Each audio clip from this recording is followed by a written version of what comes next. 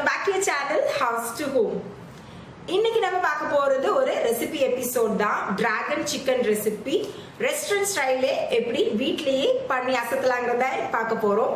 Chicken வந்து நல்ல கிறிஸ்பியா அந்த சாசஸ் எல்லாம் சேர்த்து நல்ல ஃப்ளேவர்டா இருக்கும். ரொம்ப ஸ்பைசியாலாம் இருக்காது. ஃப்ரைட் ரைஸோட நூடுல்ஸோடலாம் சேர்த்து சாப்பிட்றதுக்கு ஒரு பக்காவான காம்போ இது. பர்சனலி எனக்கு ரொம்ப ரொம்ப பிடிக்கும். ஸோ எதுக்கு இனிமேல் இது ஹோட்டலில் வாங்கி சாப்பிடணும், நம்ம வீட்லயே பண்ணி சாப்பிடலாம். ஸோ வாங்க இப்போ வீடியோக்கு போய் இதை எப்படி பண்றதுன்னு பார்த்துடலாம். ஸோ நம்ம டிராகன் சிக்கன் ரெசிபிக்கு தேவையான சிக்கன் நான் இங்கே எடுத்து வச்சுருக்கேன். கிட்டத்தட்ட 300 கிராம் சிக்கன் நான் வந்து நல்ல ஸ்ட்ரிப்ஸ் மாதிரி நீளமாக கட் பண்ணி வாங்கி வச்சுருக்கிறேன். ஸோ பார்த்தீங்கன்னா உங்களுக்கு தெரியும். நீங்கள் கடையில் கேட்டிங்கனாலே இந்த மாதிரி நீளமாக கட் பண்ணி தருவாங்க. முக்கியமாக போன்லெஸ் ஸ்ட்ரிப்ஸாக இருக்கணும், அப்போ தான் வந்து நல்லாயிருக்கும். ஸோ அப்படி இல்லாட்டி நீங்கள் வந்து செஸ்ட் பீஸில் வந்து இந்த மாதிரி ஸ்ட்ரிப்ஸ் போட்டு கட் பண்ணிக்கோங்க. ஸோ கரெக்டாக இருக்கும். முதல்ல இந்த சிக்கனை வந்து நம்ம மேரினேட் பண்ணிக்கலாம். அதுக்கு கொஞ்சமாக உப்பு சேர்த்துக்கிறேன். நம்ம சாசஸ்லாம் சேர்க்க போகிறோங்கிறதுனால உப்பை வந்து கொஞ்சம் கம்மியாகவே சேர்த்துக்கோங்க. இப்போ இதோட ஒரு டீஸ்பூன் அளவுக்கு ஜிஞ்சர் கார்லிக் பேஸ்ட், இஞ்சி பூண்டு விழுது சேர்த்துக்கலாம். அப்புறமா பெப்பர் பவுடர் சேர்த்துக்க போகிறேன் காரத்துக்கு ஏற்ற மாதிரி. நீங்கள் இதோடவே வேணால் வந்து ரெட் சில்லி ஃப்ளேக்ஸ் சேர்த்துக்கங்க, அதுவும் நல்லா தான் இருக்கும். இப்போ ஒரு 1லேருந்து 2 டீஸ்பூன் அளவுக்கு சோயா சாஸ் சேர்த்துக்கலாம். ரெட் சில்லி பவுடர் சேர்க்காதீங்க, ஏன்னா வந்து கலர் மாறிடும். ஸோ சோயா சாஸும் சேர்த்தாச்சு. இதோட ஒரு முட்டையை வந்து நல்லா பீட் பண்ணி சேர்த்துக்கலாம். ஸோ அது ஒரு பைண்டிங் ஏஜெண்டாக இருக்கும். ஸோ ஒரு முட்டையை நல்லா அடிச்சுட்டு அதுக்கப்புறமா இந்த சிக்கனோட சேர்த்து கலந்துக்கலாம். ஸோ முட்டையை நல்லா அடித்தாச்சு, அப்படி இந்த சிக்கனில் சேர்த்தாச்சு.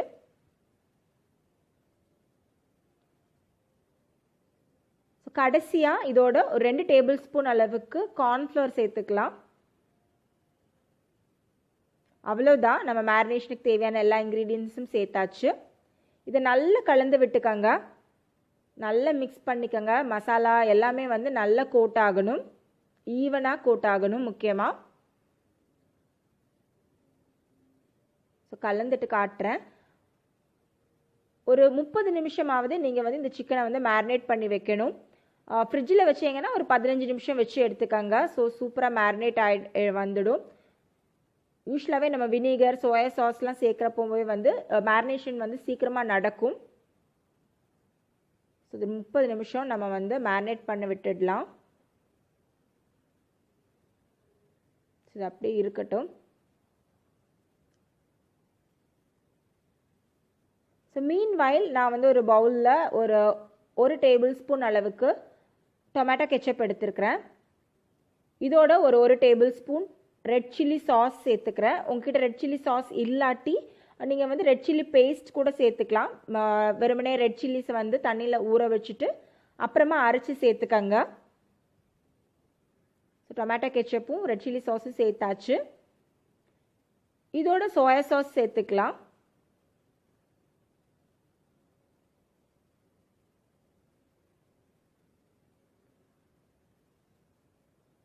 இது எல்லாத்தையுமே நல்லா மிக்ஸ் பண்ணி தனியாக எடுத்து வச்சுக்கலாம்.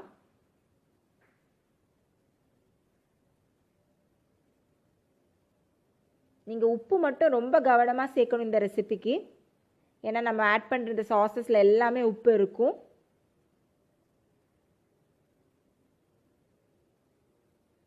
இதை நல்லா மிக்ஸ் பண்ணிவிட்டு தனியாக எடுத்து வச்சுக்கலாம்.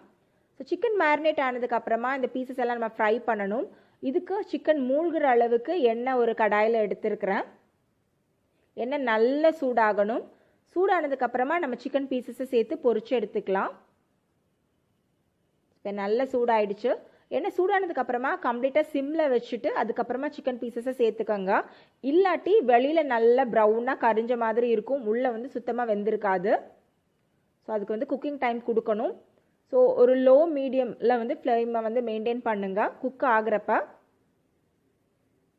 ஒவ்வொரு பீஸாக வந்து எண்ணெயில் சேர்த்துக்கலாம், ஒன்றோட ஒன்று ஒட்டாத மாதிரி சேர்த்துக்கங்க. ஸோ 2-3 பேட்சஸாக கூட நீங்கள் வந்து இதை வந்து பொரிச்சு எடுத்துக்கலாம்.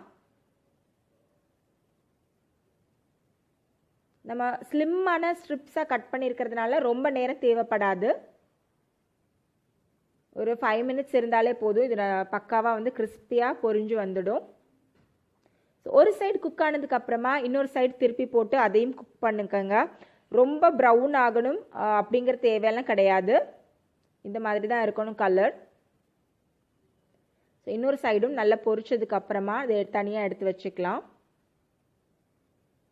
குக் ஆகட்டும்.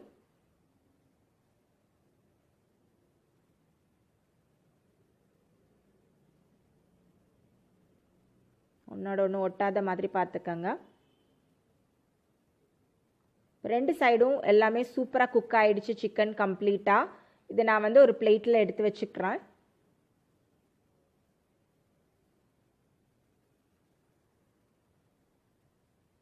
ஸோ எண்ணெய் நல்லா வடியணுங்கிறதுக்காக ஒரு டிஷ்யூ பேப்பரில் ட்ரான்ஸ்ஃபர் பண்ணிக்கோங்க.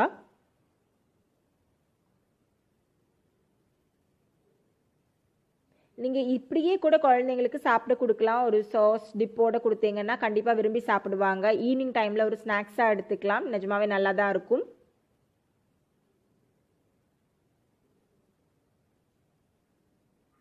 ஸோ எல்லாத்தையும் பொரிச்சிட்டு அப்புறமா காட்டுறேன்.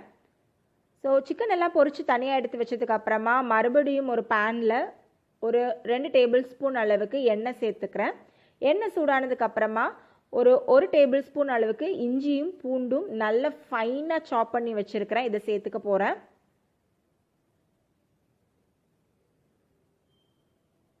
சேர்த்துட்டு ஒரு நிமிஷம் நம்ம வந்து இதை வந்து வறுத்துக்கலாம்.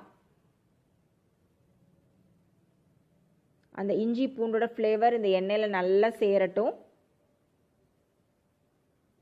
அப்புறமா ஒரு 15 போல் கேஷ்நட்டை நல்ல சின்ன சின்னதாக வந்து கையிலேயே உடச்சி வச்சுருக்கிறேன். இதே நம்ம வந்து சேர்க்க போகிறோம். கேஷ்நட் வந்து நல்ல ஒரு கோல்டன் ப்ரௌன் கலரில் வரணும். அது வரைக்கும் நம்ம வந்து இதை மறுபடியும் குக் பண்ணலாம்.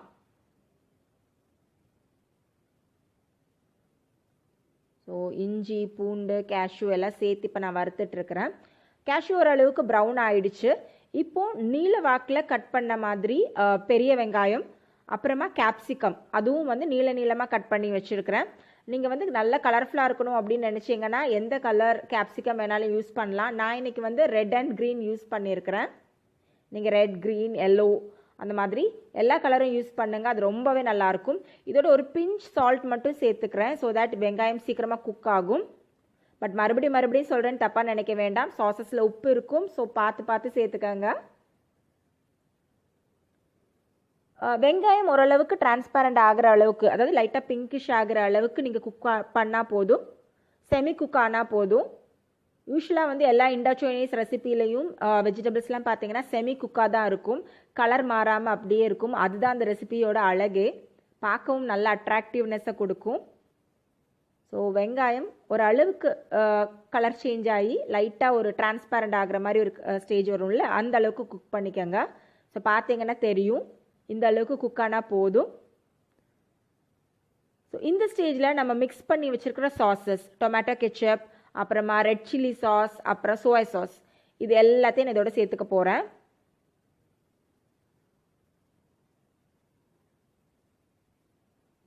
சேர்த்து இதை நல்லா கிளறி விட்டுக்கோங்க. அப்படியே ஒரு நிமிஷம் லோலேயே மெயின்டைன் பண்ணி, அதாவது ஃப்ளேமை லோலேயே மெயின்டைன் பண்ணி குக் பண்ணுங்க.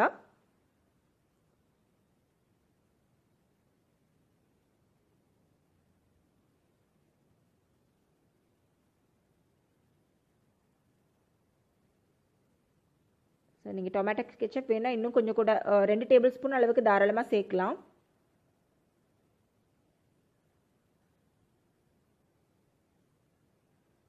ஸோ ஒரு நிமிஷம் இதை வந்து நல்லா கிளறி விட்டுக்கலாம். ஸோ ஒரு நிமிஷம் ஆயிடுச்சு. இந்த ஸ்டேஜில் ஒரு 2 டேபிள் ஸ்பூன் போல் கார்ன்ஃப்ளவரை நான் ஒரு கப் தண்ணியில் கரைச்சி வச்சுருக்கிறேன். ஸோ இதையும் அதோட சேர்த்துக்க போகிறேன். லம்ஸே இல்லாமல் கார்ன்ஃப்ளவரை தண்ணியில் கரைச்சி எடுத்து வச்சுக்கோங்க. 2 டேபிள் ஸ்பூன் கரெக்டாக இருக்கும். இதை வந்து மீடியம் ஃப்ளேம்லேயே நம்ம வந்து குக் பண்ணலாம். அதை வந்து நல்ல திக் கன்சிஸ்டன்சி கொடுக்கும். நம்ம சாஸ் நல்லா ரெடி ஆகட்டும். கொஞ்ச நேரத்துலேயே வந்து திக்காயிடும், பார்த்தீங்கன்னா தெரியும். கிட்டத்தட்ட ஒரு 1.5 நிமிஷம் கிட்ட ஆகுது. இந்த மாதிரி தான் இருக்குது. ஸோ நம்மளோட ஃப்ளேவர்ட் சாஸ் இப்போ ரெடி ஆயிடுச்சு.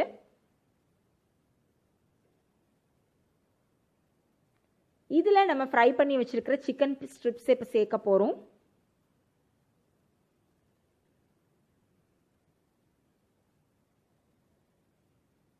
சிக்கன் பீசஸ் எல்லாமே சேர்த்ததுக்கு அப்புறமா இது நல்லா கம்பைன் பண்ணி விடுங்க. அப்படியே ஒரு 2லேருந்து 3 நிமிஷம் குக் பண்ணலாம். இதுக்கு மேலே நீங்கள் காரம் வேணும் அப்படின்னு நினச்சிங்கன்னா பெப்பர் பவுடர் சேர்த்துக்கங்க, இல்லாட்டி ரெட் சில்லி ஃப்ளேக்ஸ் சேர்த்துக்கங்க. பட் இதுவே உங்களுக்கு கரெக்டாக இருக்கும். குழந்தைங்கள்லாம் கண்டிப்பாக விரும்பி சாப்பிடுவாங்க. ஏன்னா போன்லெஸ் ஸ்ட்ரிப்ஸ் வேறு. இது ரொம்ப காரமாக இருக்காது, ஒரு மைல்டான ஃப்ளேவர் இருக்கும். நான் இந்த டேஸ்ட்டை பேலன்ஸ் பண்ணுறதுக்காக கொஞ்சமாக சுகர் சேர்த்துக்கிறேன். ஏன்னா நம்ம வந்து காரத்துக்காக வந்து சில்லி சாஸ் சேர்த்துருக்குறோம், இல்லை ஒரு சோர் டேஸ்ட் இருக்கும், ஸ்வீட்னஸ் இருக்கும். ஸோ எல்லாமே நம்ம பேலன்ஸ் பண்ணுறதுக்காக கொஞ்சமாக சுகர் சேர்த்து கிளறி விட்டுக்கலாம். சுகர் சேர்க்குறப்ப பேலன்ஸ் ஆகிறது மட்டும் கிடையாது, இந்த சுகர் உருகி அந்த சிக்கன் ஸ்ட்ரிப்ஸ் மேலே கோட் ஆகிறப்ப பார்க்க அந்த ரெஸ்டாரண்ட்டில் கிடைக்கிற மாதிரியே பளபளன்னு இருக்கும். ரெஸ்டாரண்ட்டில் பளபளன்னு ஆக்கிறதுக்காக என்னென்னமோ சேர்ப்பாங்க, நம்ம சிம்பிளாக சுகர் மட்டும்தான் சேர்த்துருக்குறோம். ஸோ இப்போ நம்ம டிராகன் சிக்கன் சூப்பராக ரெடி ஆயிடுச்சு. பார்த்தாலே செம்ம டெம்டிங்காக இருக்குதுல்ல.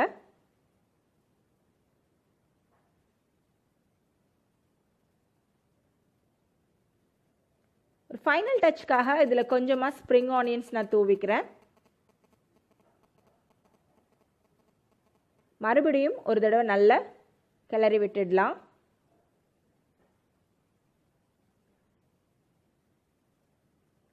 சூடோடையே சாப்பிடுங்க, அப்போ தான் ரொம்ப நல்லாயிருக்கும். ஏன்னா சிக்கன் அந்த முறுமுறுப்போடு இருக்கும். நீங்கள் மத்தியானம் குக் பண்ணி நைட்டு சாப்பிட்டீங்கன்னா ஒரு மாதிரி நமுத்து போன மாதிரி இருக்கும்.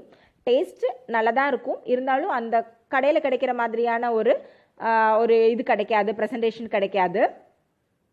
ஸோ சூப்பராக நம்ம டிராகன் சிக்கன் இப்போ ரெடி ஆகிடுச்சு. இந்த சிக்கனோட அந்த கேஷ்நட் எல்லாம் சேர்த்து சாப்பிட்றப்ப நிஜமாகவே இந்த டேஸ்ட் செம்ம அவசமாக இருக்கும். ஸோ இப்போ இதை பிளேட் பண்ணியாச்சு. சர்வ் பண்ணுறதுக்கு முன்னாடி மறுபடியும் கொஞ்சம் ஸ்ப்ரிங் ஆனியன்ஸ் மேலே தூவிட்டு அப்புறமா சர்வ் பண்ணலாம்.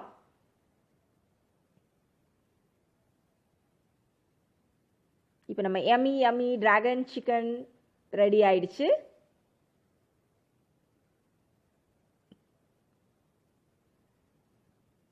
பார்க்க யாருக்கெல்லாம் டெம்டிங்காக இருக்குங்கிறத கமெண்ட்ல கண்டிப்பாக சொல்லுங்க. கண்டிப்பாக இந்த ரெசிபி உங்க எல்லாருக்கும் ரொம்ப பிடிச்சிருக்கும்னு நான் நம்புறேன். கண்டிப்பா இந்த ரெசிபி நீங்களும் ட்ரை பண்ணி பாருங்க. ட்ரை பண்ணிட்டு உங்களோட ரிவ்யூஸ் கமெண்ட்ஸ் எதுவாக இருந்தாலும் என்கிட்ட ஷேர் பண்ணுங்க. மறக்காம ட்ரை பண்ணீங்கன்னா ஒரு போட்டோவை எடுத்து என்னோட ஃபேஸ்புக் இல்லாட்டி இன்ஸ்டாகிராம் பேஜ்ல ஷேர் பண்ணுங்க. எல்லாத்தோட லிங்க்ஸ் கீழே டிஸ்கிரிப்ஷன் பாக்ஸ்ல இருக்கு.